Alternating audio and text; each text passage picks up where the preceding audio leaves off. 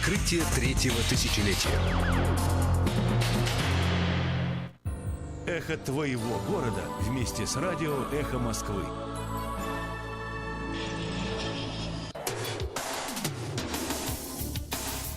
Персонально ваш. Здравствуйте, в эфире радиостанция «Эхо Москвы» в Уфе. Передача «Персонально ваш», ведущая выпуска Ксения Петрова. Персонально ваш сегодня Азат Бердин, директор Центра социокультурного моделирования и член экспертного совета Федерального агентства по делам национальностей, старший научный сотрудник Института стратегических исследований Академии наук Республики Башкортостан. Напоминаем, что мы работаем в прямом эфире, ведется трансляция в Facebook и YouTube, а также мы ждем ваших СМС-сообщений в Телеграм по номеру +7 927 304 1051. Добрый день, Азат. Добрый день. Первый вопрос. Башкиры, татары, тюркские языки. Оба народа издавна соседствуют друг с другом. Да, соответственно, бытует мнение, что возникло некое разделение и конкуренция. Согласны ли вы с этим утверждением? Вы знаете, на самом деле этот вопрос следует разбить на несколько вопросов. Я начну с утверждения о том, существует ли конкуренция. Это и да, и нет. И вот почему. С одной стороны, это не просто народы-братья, это вот такой расхожий штамп, это действительно так. Между ними очень близкая культурная дистанция, да, они друг друга понимают без переводчика. Короче говоря, нашей аудитории излишне говорить о том, насколько это близкие народы. С совершенно идентичной верой, которые друг друга отлично понимают. Вот. Но их социология показывает, что никакого на самом деле противостояния в быту, противостояния на рядовом уровне не существует. Это действительно народы-братья, в том числе именно в Башкортостане. Вот. Никаких таких претензий особых нет. Но при этом сами национальные проекты, татарские и башкирские, они конкурентны изначально. А почему? Начиная с самого своего возникновения. Почему так получилось? Изначально эти народы, башкирские, татарские, они жили в симбиозе. Более того, татарский народ, можно сказать, возник в этом симбиозе. Я сделаю маленький экскурс в историю, тогда по совершенно общеизвестным вещам. Дело в том, что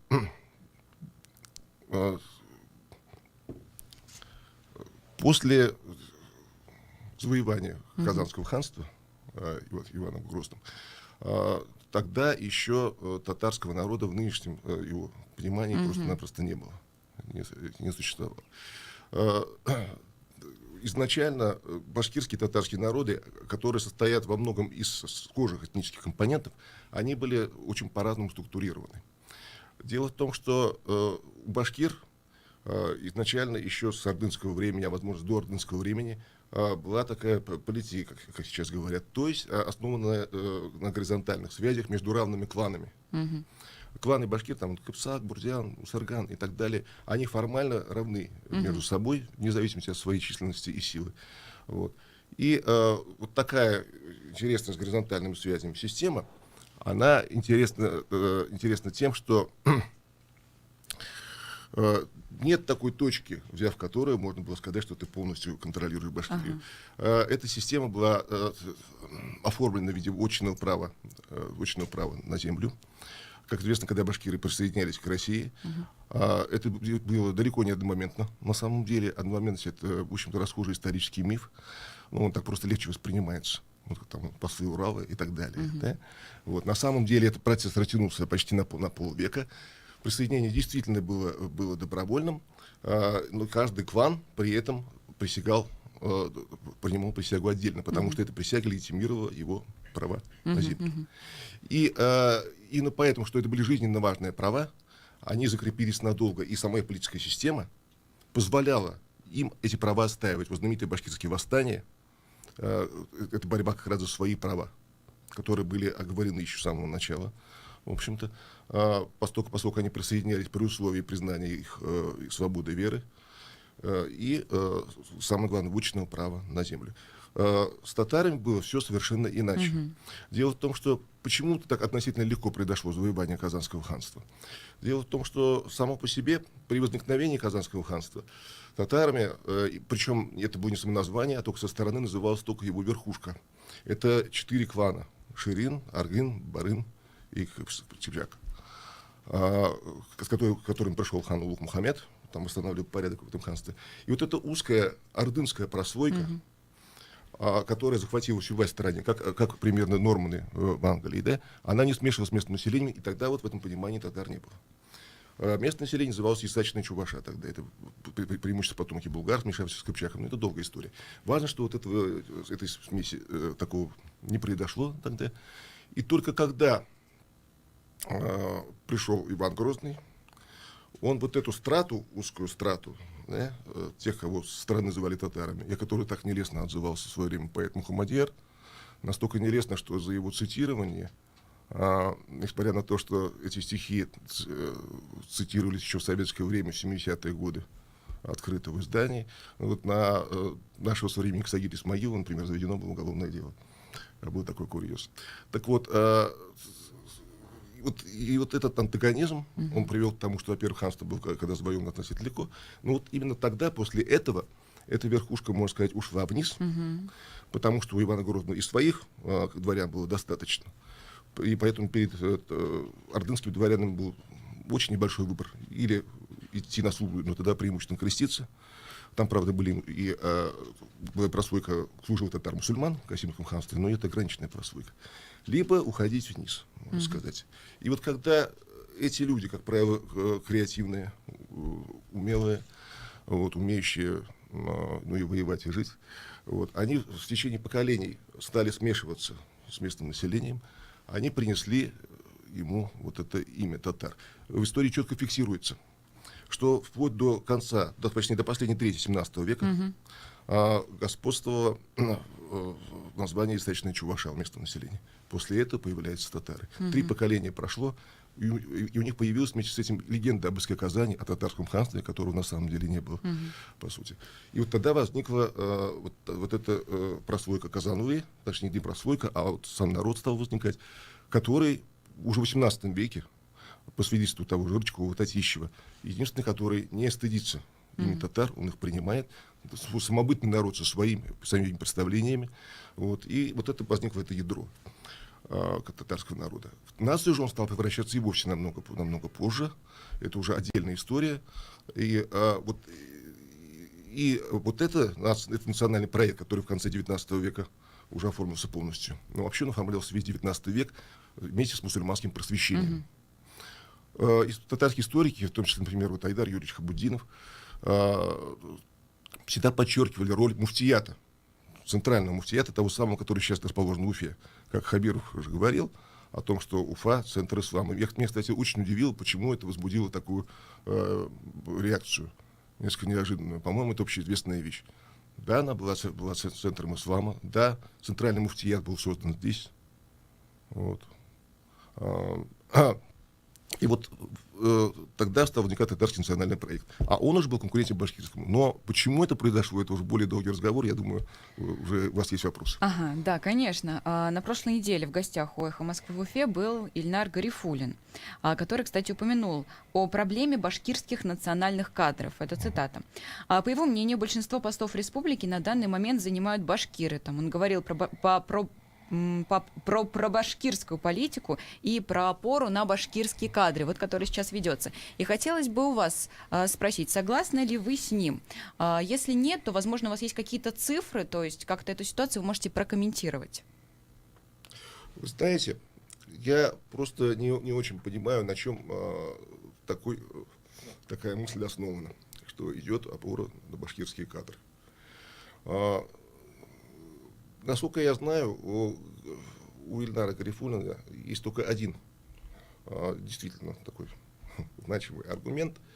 Он проанализировал гранты, которые Да, вот, языковые да, гранты, да, которые да. выделялись. Да, он говорил, Но, что 98% грантов выделили на башкирские И вот, проекты. вот в этой маленькой вещи с ним можно согласиться. Почему маленькая? Потому что на самом деле эти гранты — это очень маленькая часть политики. Очень маленькая часть политики. Это уступка, точнее не уступка, а попытка перевести как-то в другое русло этнолингвистический конфликт. Вот, точнее, купировать его и вот работать с языками в том поле, которое позволяется. Да? Тут я соглашусь, что действительно здесь вот с этим был непорядок, но это совершенно никак не говорит ни о кадрах, кадры тут при чем, не о состоянии культуры, потому что деньги, которые выделяются на культуру, они несопоставимы вот с этими относительно небольшими с этим небольшим относительно грантом. Мы, кстати, сами тоже участвовали вот в этой грантовой эпопее, так что я знаю, о чем говорю. Я могу что сказать. Вот у меня есть предположение по этому поводу. Оно очень простое, что на самом деле здесь получилось так неполиткорректно, просто потому что на это просто не обратили внимания. Вот просто не обратили внимания. А кто конкретно? То есть, почему все-таки 98% большая то, цифра? что вот там не оказалось татарских проектов, я потом тоже Минкульта спрашивал. А он говорил, что они были. Он говорит, что ежегодно эти проекты, они есть, и пытаются выбить как-то эти гранты, но не получается. Я сейчас договорю. Тут все очень просто. Дело в том, что к этому времени проекты не делились на башкирские, татарские, чувашские или еще какие-то. Люди просто про это перестали думать, потому что ко времени конца правления Хамитова, как политологи говорят, пластилин уже был размешан настолько хорошо, вот, что вот трибализм отчасти уже ушел в тень. Уже не до этого было людям. Я вам сейчас конкретный пример приведу. Вот вы же, наверное, помните, что ранее, особенно в конце правления Рахимова, во время правления Хамитова, в башкиро-татарской среде, политизированной среде, очень тщательно следили за тем, кто занимает где какой пост, кому какие посты распределяются. Да? Вот. В конце этого правления, вот, пожалуйста, сменился пост ректора БГПУ. До этого им бессменно был Раиль Асадуллин. Вместо него стал Сагитов. Сагитов, он вообще-то башкир по национальности. Кто-нибудь обратил на это внимание, включая Ильнара Гарифуллина? Никто.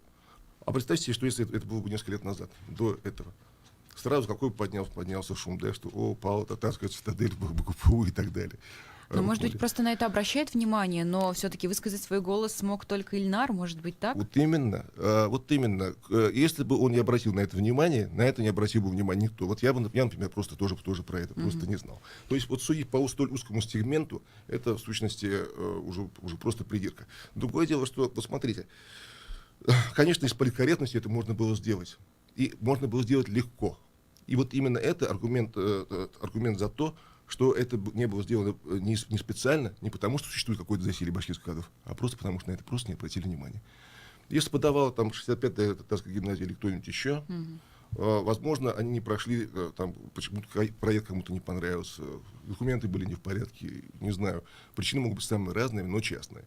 Я вам больше того скажу. Вот когда этот проект, вот эти гранты первый раз еще при Хамитове были только объявлены, там получилась вообще очень нехорошая вещь. От них были отсечены все крупнейшие научно-исследовательские и образовательные учреждения республики.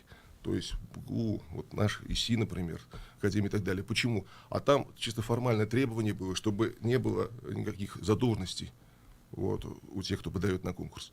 А такого просто не бывает у столь большого организма, как тот же БГУ, например. Или ИСИ. И они все были отсечены. То есть вот таких вот юридических и всех прочих моментов очень много. Судить поэтому о состоянии национальных отношений это нельзя. Азат вот присылает вопрос наш радиослушатель, пишет.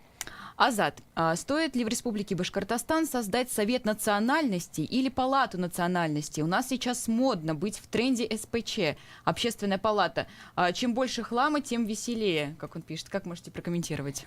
Ну, он, по-моему, сам ответил уже на свой вопрос, поскольку отношение к нему уже несерьезное. У меня просто вопрос, а зачем? Зачем это нужно?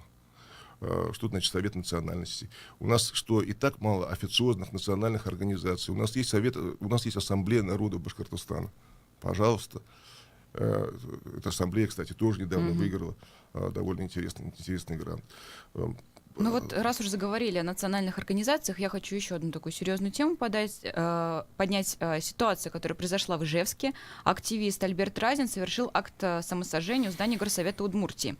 Он стоял с плакатом, немного предыстории: «Если завтра мой язык забудут, я готов сегодня умереть». И в какой-то момент он себя поджег. А вот почему национальные организации никак не отреагировали на эту ситуацию? Может быть, тогда их работа — это просто видимость? То есть, почему нету такого резонанса? Почему они никак не отреагировали? Вы знаете, я так скажу. С одной стороны, эти организации, официозные организации, да, они действительно находятся в достаточно жестких рамках. Это понятно. Странно было бы ждать от них чего-то другого. Вот.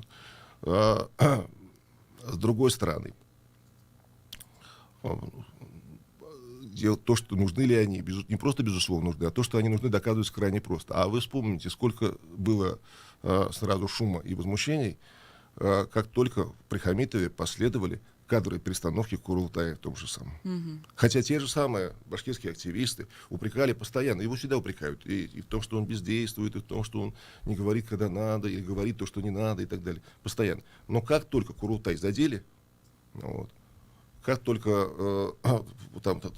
вы помните эту ситуацию, там много было даже по мелочам достаточно некрасивых шагов, когда, скажем, того же Марата Кушарипова, известного профессора Аксакала, да, не пустили даже на это заседание, да, Курултая. Вот. И это сразу вызывает целую бурю возмущения. Почему? А потому что все вот эти организации, Курултай, Башкир, Конгресс татар и так далее, они занимают определенную нишу, свидетельствующую о статусно-ролевом положении того или иного народа. О том, что мы есть, мы здесь, мы занимаем определенное положение. Более того, сейчас вот нынешние уже перестановки в Курултае, они, обратите внимание, на что были направлены. Прежде всего, там было ясно дано понять, в том числе и открытым текстом Хаберуш говорил, что он не потерпит национализма, что он против расизма, национализма и так далее, будет бороться беспощадно и так далее. Ну, по термину, конечно, несколько не точно выразился, потому что никакого расизма у нас нет и быть не могло, это понятно. Но всем ясно было, что он хотел сказать. И это было направлено, во-первых, против неофициальных организаций, в том числе после скандалов в Курултае. Вот, самое главное, это был месседж, что игры закончились, что больше он не позволит развиваться старой схеме, по которой национальные организации, как сказать, они, конечно, при власти, как и было при Рахимове, вот, но они будут использоваться, так сказать, в качестве какого-либо такого инструмента этнополитического шантажа, неважно совершенно чьей стороны. Вот. В данной конфигурации эта их роль просто не нужна. Просто не нужна. Но вот если в последующем, да, не дай бог, будут происходить такие ситуации, то есть вот такие вот протесты некие со стороны активистов, также ли будут бездействовать такие организации? То есть они совсем не будут реагировать и будут просто свою политику такую жесткую. Я сейчас немножко о другом говорю, понимаете. Я говорю, например, не о Башкорте. Потому что с Башкортом так все было ясно. Но если, ребята, вы не с нами, вот, то вы уходите из политического поля опять маргинальное. Тут месседж был примерно понятен. Вот. Имеется в виду, что и старая система, то есть им не дадут превратиться в СБМ, понимаете. Вот. Ведь СБМ чем закончил? Он закончил тем, что он стал каким-то подобием национального комсомола. Почему люди оттуда стали уходить в конце правления Рахима? Дело в том, что к концу правления Рахима башкирский национализм был практически мертв. Его почти не было. Почему? А потому что, вот смотрите, сначала, когда он на волне суверенитета, вот этих идеалов, ожиданий и так далее поднялся, туда люди шли. СБМ был, он существовал. Там были самые разные люди. В том числе вот и Айрат Дельмухаметов, там, и Артур Идельбаев, Ринат Баимов и так далее. Вот. Там были конфликты, движуха, как говорится, шла. Вот. Его удалось приручить. И с точки зрения государства совершенно правильно. Хотя зрелище было достаточно такое жалкое, когда волка быстро расстреливали болото. И его удалось быстро приручить, и он стал как комсомол, я уже сказал, как поздний комсомол. И молодой человек, который шел за справедливостью, он приходил туда и видел, что он видел то же самое, что видит везде. Что надежды некоторых на карьерный рост, а этот канал, он всегда узкий, относительно на всех не хватит. Вот, и никаких идеалов справедливости речи не идет. Тогда они стали пытаться создавать свои собственные альтернативные организации. Так вот возникла Кукбуре, например. Вот. Значит, насчет курирования теми или иными я сейчас не говорю, это следующий вопрос. Вот. Тем более, что национальные организации, они всегда в той или иной степени должны кем-то курироваться. По крайней мере, такова обязанность властей, спецслужб и так далее. Я не про это, а про то, как сама молодежь ее создавала. Она пыталась создать альтернативу. Поэтому достаточно жесткие были отношения сначала между Кукбуре и СБМ. Но когда они видели, что и там, и в Кукбуре тоже на самом деле набор вот этих националистических, либеральных националистических идей на самом деле достаточно плоский. Люди уходили и оттуда. Кстати, именно так очень многие светские национальные активисты, они стали уходить в мусульманские джамааты. Вот, протест стал уходить в конфессиональную сферу. Тогда. Друзья, я напоминаю, что вы можете присылать свои смс-сообщения по номеру +7 927 304 1051. У нас сегодня в гостях Азат Бердин, директор социокультурного моделирования, член экспертного совета Федерального агентства по делам национальностей, старший научный сотрудник Института стратегических исследований Академии наук Республики Башкортостан. Ну а буквально через несколько секунд мы прервемся на федеральные новости. Скоро увидимся и продолжим.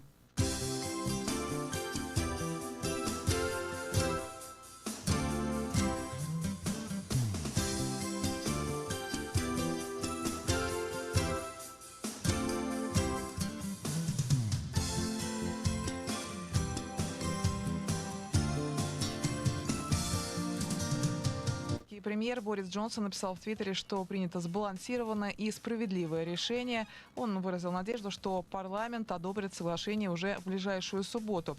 Документ, в частности, предусматривает устранение проблем, связанных с Ирландией и Северной Ирландией. Россияне не пострадали в ходе беспорядков в Каталонии. Об этом только что заявила официальный представитель МИДа Мария Захарова. Напомню, в ходе столкновения с полицией в Барселоне минувшей ночью получили травму около 80 человек. Люди выходят на улицы, чтобы выразить недовольство решением суда по делу бывших каталонских чиновников. Они получили длительные тюремные сроки за попытку проведения референдума о независимости.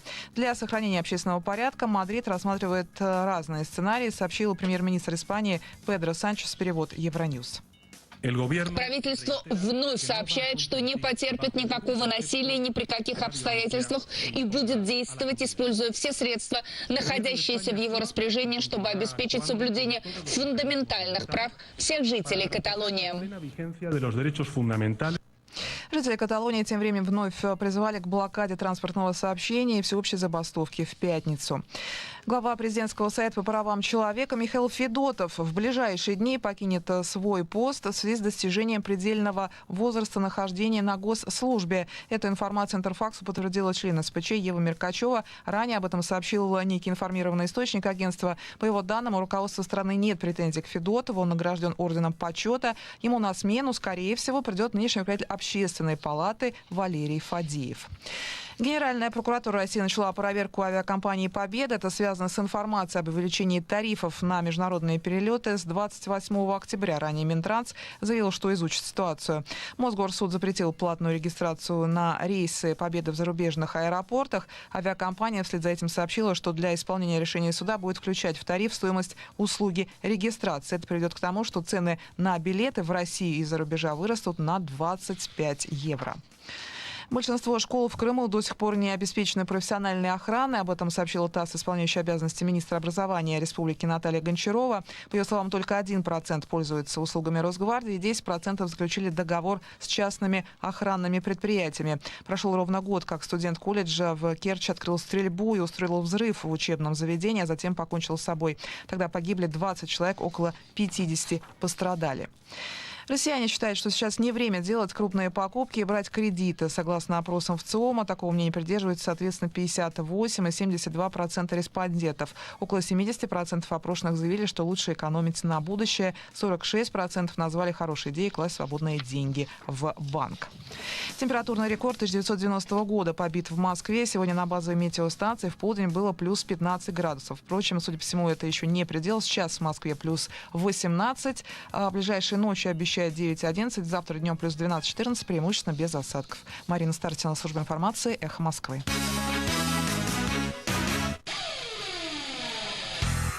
В поисках пропитания зебры проходят сотни километров, пересекая реки, кишащие крокодилами. То ли дело в мире людей. Рестораны, кафе, магазины – все в шаговой доступности. Идеальная среда обитания – квартиры от первого треста. От 1 миллиона 910 тысяч рублей. 222 0111. Данные цена действует на квартиру номер 162, литер 9, ЖК Вескера высота. Количество квартир ограничено. Застройщик ООО Вескера высота. Проектная декларация на сайте наш.дом.рф. Самый известный психолог страны Михаил Лобковский, автор бестселлера «Хочу и буду», выступит в Уфе с новой, актуальной для всех темой «Формула счастливых отношений с супругами, родителями, детьми». 19 октября. ГКЗ, Башкортостан. Михаил Лобковский, 12+. Не забудьте то, что есть интернет. Зачем теперь в аптеку выходить из дома? Закачивай себе приложение Фармленд. Это выгодно и так удобно. Лекарства еще дешевле в мобильном приложении Фармленд. Скачай и получи 100 баллов на бонусную карту. Подробности акции уточняйте в аптеках Фармленд. Имеются противопоказания. Требуется консультация специалиста. Я знаю, что добрые волшебники существуют. Иначе кто шлет все эти смски? Они точно есть. Рената Насырова из Уфы, 9 лет. Диагноз ДЦП. Помогите Ренате. Отправьте смс на номер 3434 с текстом «Реафонд пробел 200» или Сбербанк онлайн с кодом «Реафонд». Допустимый размер платежа от 1 рубля. Реафонд. Реальная помощь. Телефон рекламной службы «Эхо Москвы» в Уфе. 216 35 99. Будет реклама, будет и эхо. На то мы и партнеры. «Эхо Москвы» в Уфе и мусульманская религиозная организация «Ихлас» Кировского района Уфы представляют рубрику «Говорим по-татарски». Вещество. Мадда. Вредные вещества. Зарарлы маддалар. Вредные вещества. Зарарлы маддалар. После аварии на Полиэфе обнаружено повышение содержания вредных веществ в водоемах. Полиэфтагы халакаттан соң сулыкларда зарарлы маддаларның күләме үсүе күзәтелгән. После аварии на Полиэфе обнаружено повышение содержания вредных веществ в водоемах. Полиэфтагы халакаттан соң сулыкларда зарарлы маддаларның күләме үсүе күзәтелгән. «Эхо Москвы» в Уфе и мусульманская религиозная организация «Ихлас» Кировского района Уфы представляют рубрику «Говорим по-татарски».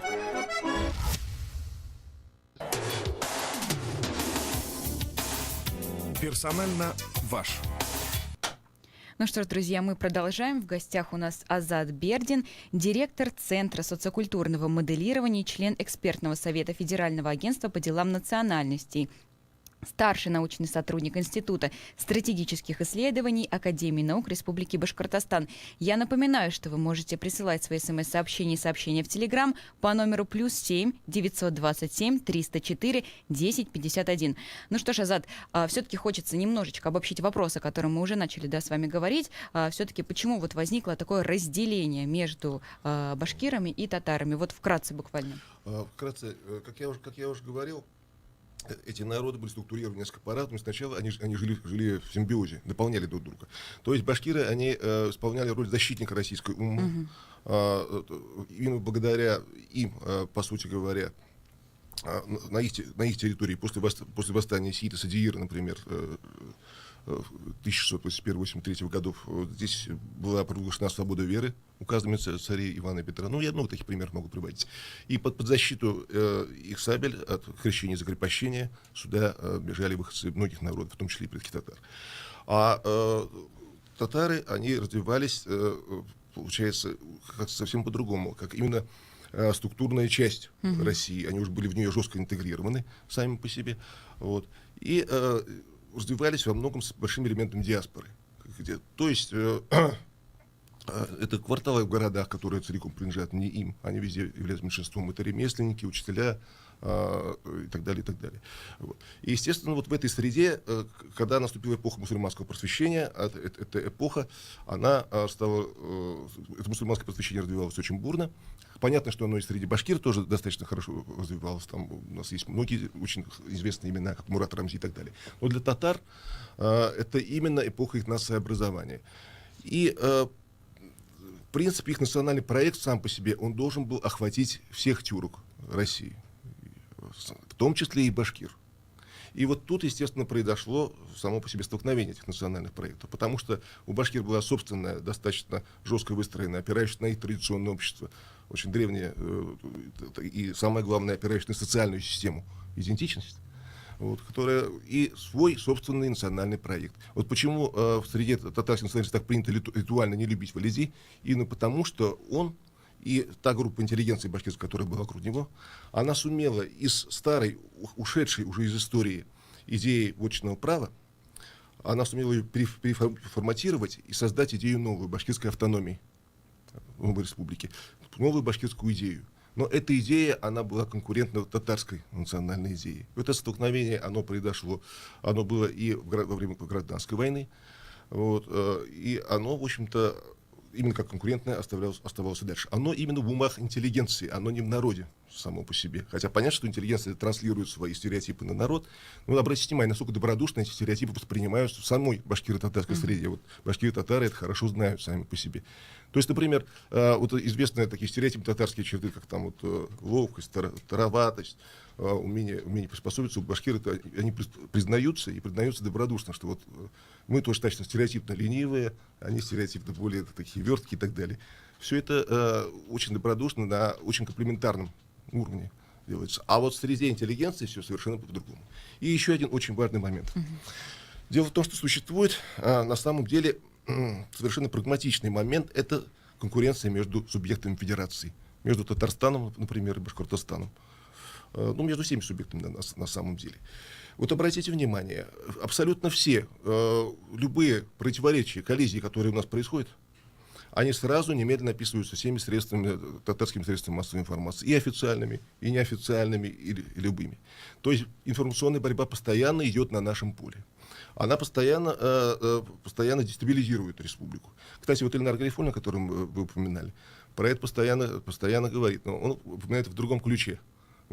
Таком очень откровенном ключе, что якобы вот если бы пошли навстречу татарской элите, то, может быть, этого бы и не было.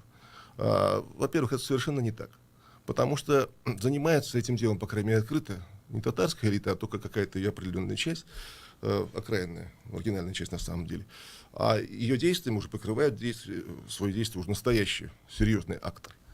В чем интерес Казани? В том, чтобы статус на ролевом соперничестве, обойти Уфу, показать, что вот у нас стабильность, а вот там дестабилизация. Это очень, кстати, это очень интересно получается. Вот смотрите, в Башкирии по факту постоянно были, ну, не конкурентные, но очень, ну да, именно конкурентные выборы, не свободные, но очень конкурентные выборы. Сколько раз? В Казани их не было ни разу. Вот. Но, причем они освещались везде, в том числе и казанских средствах массовой информации. В Казани ничего подобного. Но почему-то у нас считается страшное, ужасное башкирское ханство, а там оплот демократии. Хотя на самом деле ситуация совершенно обратная. Куда больше этнократии, безусловно, всегда было в Татарстане. Это достаточно жесткий, достаточно авторитарный и достаточно этнократический режим. Другое дело, что при этом он эффективный. Он будто показывает на самом деле эффективность настоящей с этнократическими элементами автократии. В автономии таких. Ну, вот смотрите, вы говорите, что конкуренция, да, то есть да, все равно есть между Башкортостаном, Татарстаном. Конечно. А кто выигрывает в этой конкуренции, по вашему мнению? Пока, конечно, Татарстан. И понятно почему. Это же понятно почему. Но тут есть и объективная причина, потому что у него есть вот это поле, на котором можно действовать. Можно действовать и в башкиро-татарских противоречиях, и будировать, да? Хотя на самом деле все решается далеко не ими. Вот меня те же самые тезисы несколько удивили, еще давно, кстати говоря. Кстати, это очень распространенный грех татарской интеллигенции приписывать себе значение такого потрясателя основ Башкортостана. На самом деле это не так. И то же самое падение режима Рахимова, хоть оно и очень желалось, и очень будировалось татарскими националистами, на самом деле близко к ним отношения не имеет. Там совсем другие, намного более серьезные акторы. Вот, то есть, когда так вот говорится, это, знаете, все равно, что есть же пословица: мы вместе затравили волка, сказала баллонка волкодаву. Там на самом деле намного более серьезные другие акторы. Но при этом, что бы я хотел подчеркнуть, вот смотрите, сами в интересах ли татар Башкортостана вот такое положение вещей? То есть, конечно, саму Казань можно только похвалить, потому что это действительно достаточно успешный по российским меркам регион, очень даже успешный, как они сумели строить Казань и так далее. Да? Но ведь татары Башкортостана заинтересованы на самом деле, чтобы развивался их собственный регион, Башкортостан. Чтобы детей можно было отпускать учиться не в Казань, а в Уфу. Что для этого нужно? Для этого нужно, я считаю, во-первых, несколько изменить само отношение и татарской интеллигенции к данному вопросу, и нашей республиканской интеллигенции к татарам, татарской культуре. В какую сторону, каким образом? Вот смотрите, с одной стороны, сами по себе претензии татарского национализма, я считаю, должны просто-напросто отброшены. Их никогда невозможно будет удовлетворить. Просто невозможно. На месте нескольких прикормленных тут же возникнут новые, как вот, например, ушли там, скажем, с такого оппозиционного поля, там, Ильдар Габдрафиков, там, еще до этого, там, Бигнов и так далее, да, появился Ильнар Гарифуллин, уйдет Ильнар Гарифуллин, появится другой, это просто бесконечно, потому что мы тут дело имеем не с персоналями, а с явлениями. Но нам надо выстраивать собственную политику в этом плане. Ведь те же самые татары, да, да, это народ с очень сильными элементами диаспоры, да, это народ, который одновременно является народом, находящимся в симбиозе с башкирами, являлся, и в то же время их национальный проект конкурентен нам. Но ведь его история очень тесно связана с историей Башкортостана. Взять тех же самых мишарий. Ведь мещеряки самой своей идентичностью обязаны именно тому положению, которое сложилось в свое время в Башкирии. Их история очень тесно переплетена с башкирами. После того, как они в 17 веке были накликаны по городам сюда, они постоянно жили здесь, они постоянно воевали то с башкирами, то вместе с башкирами. Они в составе башкирского войска, когда оно шло на антинаполеоновские войны, кроме 20 башкирских полков, ведь были еще два мишарских и 2 тептерских полка. Это не татарские полки, ни в коем случае, поэтому не нужно так вот...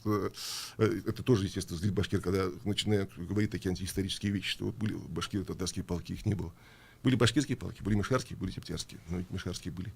Почему бы не создать, кроме северных амуров, например, то же самое вот, реконструкторское движение по мишарским полкам? Почему бы не говорить о татарах Башкортостана именно вот как о башкирских татарах, у которых есть много своего, именно то, что привязывает их именно к Башкортостану, именно к Башкирии как таковой. Не к безликому, там, Приуралью, Уфимскому краю, потому что ясно, что это политизированные клички, которые специально набрасываются, можно сказать, для раскола. Это между народами, это язык вражды. А вот именно в русле башкирской культуры. То есть не башкирской культуры, а культуры народа Башкортостана на пользу Башкортостану. Все это можно сделать на самом деле. Тут же вот особняком стоит вопрос северо-западных башкир сам по себе. Вот. Достаточно долго у нас пытались его не то что игнорировать, к нему просто не знали, как подойти. Дело в том, что, вы знаете, вот, тем, кто создавал литературный канон башкирского языка в свое время, потому что когда в начале 20 века создавался канон новых современных языков, и татарского, и башкирского, в них тоже нельзя бросить камень, потому что они мыслили по критериям своего времени.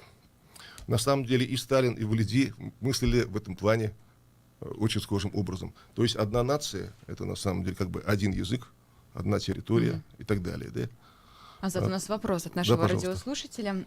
Почему тогда потомки тех мишарий и тептярий говорят по-татарски? Спрашивает Ильдус. Такой вопрос. А почему же, на каком же еще языке они должны говорить? Ведь дело в том, что мишари, они добровольно сами вошли в татарский проект в свое время. Более того, они являются ее структурной частью, без которой он просто непредставим. Они же недаром говорят, что мишари и татары с одинаковым качеством. Вот. И вот здесь, в Башкирии, сами мишари, вот это уже элемент не диаспорный даже, я бы сказал. Они по-другому построены. Вы же знаете мишарские деревни в Башкирии, да? Такие традиционные, некоторые из которых уже начиная с 17 века существуют. Со своими традициями, со своим мировоззрением целым, которые себя просто не отделяют от Башкирии на самом деле. Вот. Но они вошли именно как составная часть татарского проекта. А башкиры не вошли. Потому что мишари все-таки были значительно слабее в этом плане. Вот у них собственной идентичности, собственной литературы, всего такого собственного не сложилось. Их сословное прошлое уже было, извините за тавтологию, в прошлом, как и у башкир. Да? А свой отдельный про это не создавали. Хотя колебания были. Во время гражданской войны выходила газета «Дитя мишарское Башкортостана». Там прямо говорилось, что между нами два пути. вот своим путем идут башкиры, их оружие штык. Вот татары, их оружие муллы. Кто победит? Это вопрос, так сказать, открытый. Они присоединились к татарскому проекту. С септиариями чуть сложнее. Септиарии — это вообще само по себе это субэтнос, в котором он изначально был из решеточного права башкир, но там были предки татар и чуваши, и марийцев самые разные. Часть из них вернулась в свои этносы. Часть она вошла в татарский проект, да. Тут еще одна вещь. Дело в том, что на северо-западе, да, те башкиры, которые живут на северо-западе, они разговаривают, естественно, на своем диалекте. Этот диалект только специалисты отличают от литературного татарского языка. Они очень близки сами по себе. Вот. И когда создавался башкирский литературный язык, то, как я говорил, считал, что одна нация, один язык, и поэтому каждый язык должен быть как можно более удален от других. Вот. И поэтому за основу был взят именно диалект юго-восточных башкир. Тем более, что они составляли костяк башкирского войска, поскольку оно опиралось прежде всего на население Малой Башкирии, где можно было быстро провести мобилизацию тогда, в свое время. И поэтому получилось именно так. Но дело в том, что теперь с высоты нашего знания мы понимаем, что можно, если этот диалект остается жить, значит, он уже вписан вот в саму эту идентичность северо-западных башкир. Если дальше это доставляет им только сложности, поскольку у них возникают сложности в идентификации. Их разрывает вот между двумя национальными проектами. И сейчас ширится само по себе движение снизу, что еще очень хорошо, движение снизу как раз на северо-западе. И вот мы там бывали достаточно часто, мы как ученые, когда вот увидели это движение, мы встречаемся с активистами, мы пытались помочь проложить вот это практическое русло. То есть в чем его суть, по сути? Они хотят, что, во-первых, сохранить свою башкирскую идентичность, при этом сохранить свой диалект. Вот. И в этом сейчас уже в самой башкирской интеллигенции мейнстрим именно такой, что так и нужно делать. Что нужны, например, ни в коем случае не затрагивая государственный статус и сам канон башкирского литературного языка, он, безусловно, остается в неприкосновенности. Но кому будет плохо, если при этом на северо-западе будут какие-то учебные пособия, учитывающие диалект северо-западных башкир. У нас еще один вопрос поступил от Ильдуса в продолжение. Северо-западные башкиры — это разве не татары? Конечно, нет. Конечно, нет. Я вам сейчас приведу такой пример. Вот вы знаете, почему такая, я бы сказал, истеричная реакция была у татаристской интеллигенции? Кстати, вот я прошу всегда делить татаристскую и татарскую, потому что татарская — это нация. Ну, я как понимаю, это вопрос о переписи, да? То есть Ильнар Гарифуллин упоминал об этом, что там якобы есть планы раздробить татарское население по нескольким группам, да, то есть жителей северо-западных районов переписать в северо-западных башкиров. Вот. Башкир только. Да, башкир. Нет, таких планов нет. Я же говорю, например, те же самые мишари, когда я не говорил, я же вовсе не считаю, что при этом они должны как-то выделиться из татарского народа и перестать быть татарами. Зачем? Хочешь быть татарином, будь им. Проблема-то какая? Другое дело, что их история действительно тесно связана с историей Башкирии, и этот вопрос надо понимать. Но я просто о чем хотел напомнить, вот в связи с северо-западными башкирами. Был и все еще действует такой проект «История башкирских родов». Он был воспринят татаристской интеллигенцией, то есть татарскими националистами. Я не люблю любых националистов, что башкирских, что татарских, что русских, вот поэтому я всегда это отличаю. Так вот, он был воспринят, если помните, просто истерично. Писались буквально доносы на авторов научной работы, на авторов серии вот этой истории башкирских родов. Эксперты начинали там говорить, в медиакор-сети, там, что это многотомная зажигалка и так далее, на совершенно обычную работу. Мне с мамой отзывы приходило писать по поводу этих доносов, я это помню. Почему? А там был положен очень простой критерий. То есть их распространяли среди людей, вот проводили семинары, мы сами на этих семинарах были, например. Я сам видел, как народ буквально ломится туда, то есть приходит, и чтобы им интересно послушать о своей истории. И там же не просто рассказываешь что-либо, а там просто показываешь, кто к какому роду относится. И предлагаешь людям самим это узнать. Не нам, самим. А у башкир от татар есть одно очень большое отличие. Я же недаром с истории начал. Дело в том, что башкиры, я уже говорил, они все делились на кланы. Без кланов башкир не существовало. Это их жизненная основа. Башкирские восстания тоже именно это, потому что они делились на кланы и могли это себе позволить. У татар кланов не было, позволить они себе это не могли. Вот как у горцев-хайлендеров. Почему горцев-хайлендеры могли восстать, а у остальных это не получалось? Ну, вот обычно крестьян это не получалось, давили сразу. А потому что они поделены на кланы, уже на готовые ячейки, готовые и к труду, и к бою. Вот. Так вот, смотрите, и теперь вот эти кланы, это их описали множество ученых, именно как башкирские кланы. Это и Руденко, и до этого Лепехин, Рычих, ну, множество. Вот. Вплоть до Кузеева, Раиля Гумеровича. У татар кланов нет. Есть роды, дворянские роды, это совсем другое. Поскольку у них не было вотчинного права, нет и кланов. И когда на северо-западе люди, которые часто обладают двойственной идентичностью, то есть на них нажмут, они татарами записывают, на них нажмут, они башкирами записываются. Да? Но они, когда начинают узнавать свою историю, вот, точнее, память-то легко сохранить, легко у дедушки спросить, прадедушки, ты был записан, ну, к какому клану относился? Да, я бояр, я там Еней и так далее. Вот. То выясняет, что это действительно башкиры, понимаете? А эта память очень живая оказалась. И единственное, что вот их действительно разделяет, это вот проблема языка. Это проблема языка, которая в настоящее время на самом деле все менее существенной становится. Ну, позвольте еще национальный вопрос поднять, опять же, да, опираясь на слова Ильнары Гарифуллина, как раз про башкирская политика и так далее. Смотрите, вот мы с вами уже разговаривали о том, что вы сказали, ведется конкуренция, да, между Башкортостаном и Татарстаном. Там наши студенты, да, те же самые, они уезжают в другие города, и это не только Казань, это и Москва, и Санкт-Петербург. И все-таки при достаточно большом внимании к башкирскому языку, вот по мнению Ильнары Гарифуллина, складывается вопрос, вообще, в принципе, верно ли ведется национальная политика тогда у нас в республике. Даже вот, например, относительно студентов. Повторюсь, многие уезжают учиться в крупные города именно из-за национальной составляющей. То есть в некоторых заведениях бюджетные места выделяются только преимущественно национальным кадрам. Я лично с этим столкнулась, я поступала в университет. Там на 3-м туре творческого университета мне сказали, вы не разговариваете на башкирском языке, вы учитесь на коммерции. Вам нужен национальный театр? Нет, вы не будете там, соответственно, блистать. Язык вы не знаете, все, учитесь на коммерции. Вот как вы можете эту ситуацию прокомментировать? А где это было? Вот то, о чем вы рассказывали. Потому что для меня это открытие, например. Это было в нашем городе, в Уфе. Не буду называть название заведения. Вот видите. Но эта ситуация случилась со мной. Понимаете, я вам так скажу. Отдельные случаи быть могут, сами по себе, они могут быть везде. Вот. Я не говорю уже о том, что вы, я думаю, осведомлены о том, что на самом деле в Казани в этом плане все намного жестче. Но при этом почему-то туда идут. А знаете почему? А потому что на самом деле люди идут жить туда, где реально действительно комфортно. И где вот эти мелочи, и где потом даже не хочется с вас на то, что а вот меня тут прокатили, наверное, из-за национальности, наверное, еще из-за чего-то. Нет, ты будешь просто добиваться жить в более комфортном городе. Вот и все. Я не могу сказать, вот, что есть такие случаи или нет. Ну, естественно, их не может не быть. Они, скорее всего, бывают.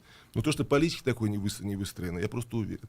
Потому что вот я учился вообще на самом таком, в этом плане, считающем махровом факультете, это ИСТФАК, исторический факультет.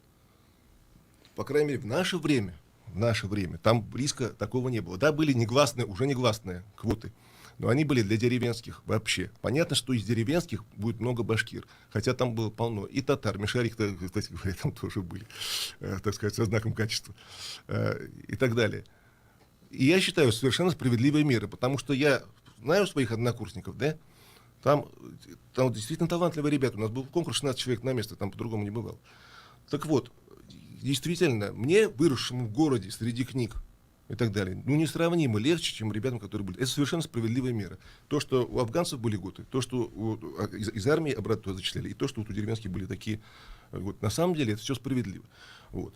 Но, естественно, это могло восприниматься как нечто национальное. Там сплетни тоже были по этому поводу всегда, что вот это преподаватель любит русских, этот не любит русских. Там по-разному бывало. Это бывает везде на самом деле. Но чтобы была такая целенаправленная политика, по крайней мере, сейчас я не вижу этому доказательств. Я слышу вот такие вещи иногда, да? Вот, на форумах, например. Я тоже слышала, но когда столкнулась, была крайне удивлена. Когда спрашиваешь конкретно в лоб, то, особенно, кстати, это касается... Я вам скажу после эфира. Да, или это касается, например, вот татар. Когда спрашиваешь, вот все татарский интеллигент слышат, что башкиры, наверное, притесняют башкир. Это такой общий расхожий мем, да? Вот. А когда у любого татарина конкретно спросишь, я вот у вас спрошу, вас притесняли когда-нибудь, нет? Вы помните факты притеснения? Я вот спрашиваю у своих знакомых. Нет. Слышал, а чтобы где-то притесняли как-то? Нет. Понимаете? Вот. Поэтому здесь я проблем не вижу на самом деле. Проблема на самом деле совсем в другом, к сожалению. К сожалению. Это естественно. В Казань люди уезжают просто потому, что там действительно лучше, сейчас в нее больше вложено денег, они сумели отбить себе больше трансферов, они лучше обустроили город. Вот. Пока это с этим просто. А с национальной политикой, с идентичностью, это связано, как я уже говорил, как. Существует, это не от того, что они плохие, а мы хорошие, ничего подобного. Здесь все одинаковы на самом деле. Но существуют чисто прагматические интересы республики, интересы сообществ, и бизнес-сообществ, и политических. И вот они могут на нашем информационном поле играть, и играют. А мы до этого не могли. И именно поэтому, кстати, стоит нам начать играть на их поле, как там сразу возникает настоящая истеричная реакция. Вы знаете, что, например, когда пытались просто провести какие-либо районные... Извиняюсь, но наш эфир подходит к концу. Напоминаю, что у нас в гостях был Азат Бердин, директор Центра социокультурного моделирования и член экспертного совета Федерального агентства по делам национальностей, старший научный сотрудник Института стратегических исследований Академии наук Республики Башкортостан. Спасибо большое за эфир. С вами была Ксения Петрова. Никакого секрета. Мы говорим все, что знаешь. Радио «Эхо Москвы».